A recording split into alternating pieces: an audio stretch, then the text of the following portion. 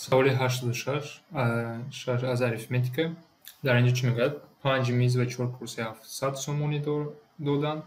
نرخ یک میز از یک کرسی 40 سومون قیمتتر باشد. ارزش 5 میز چند سومونی است؟ بیاین یک بار این رو به ifاده متماتیکی ترجمه کنیم. چی داریم؟ ما میز داریم، میز و کرسی.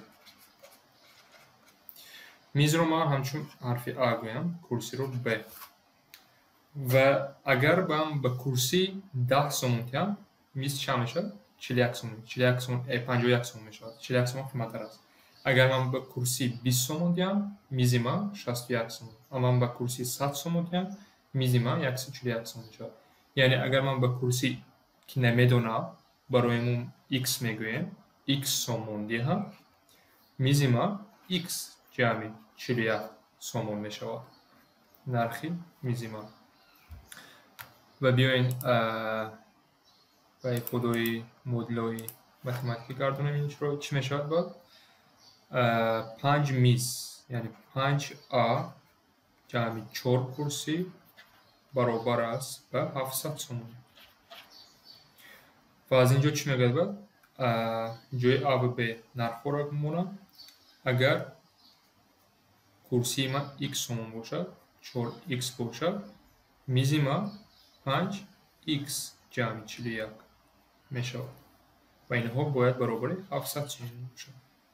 یعنی از من این جمله رو با ifade متماتیکی تبدیل دادم. اکنون من این رو مدل ساده است کار باید کنم. قوس رو میکشم. چی میشد؟ 5x جمع 205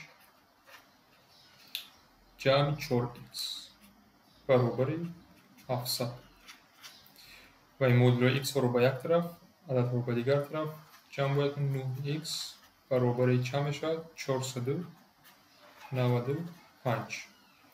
و x رو اگر تقسیم کنیم در اینجا 5 میشد، 55.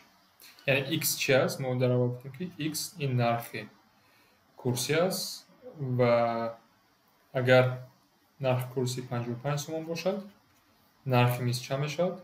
96 سومون میشود. 41 سومون قیمتتر که است. و از اینجا میپرسد که 5 میز یعنی 5a گفته بودیم، 5a برابر چند است؟ یعنی 5 ضرب 96.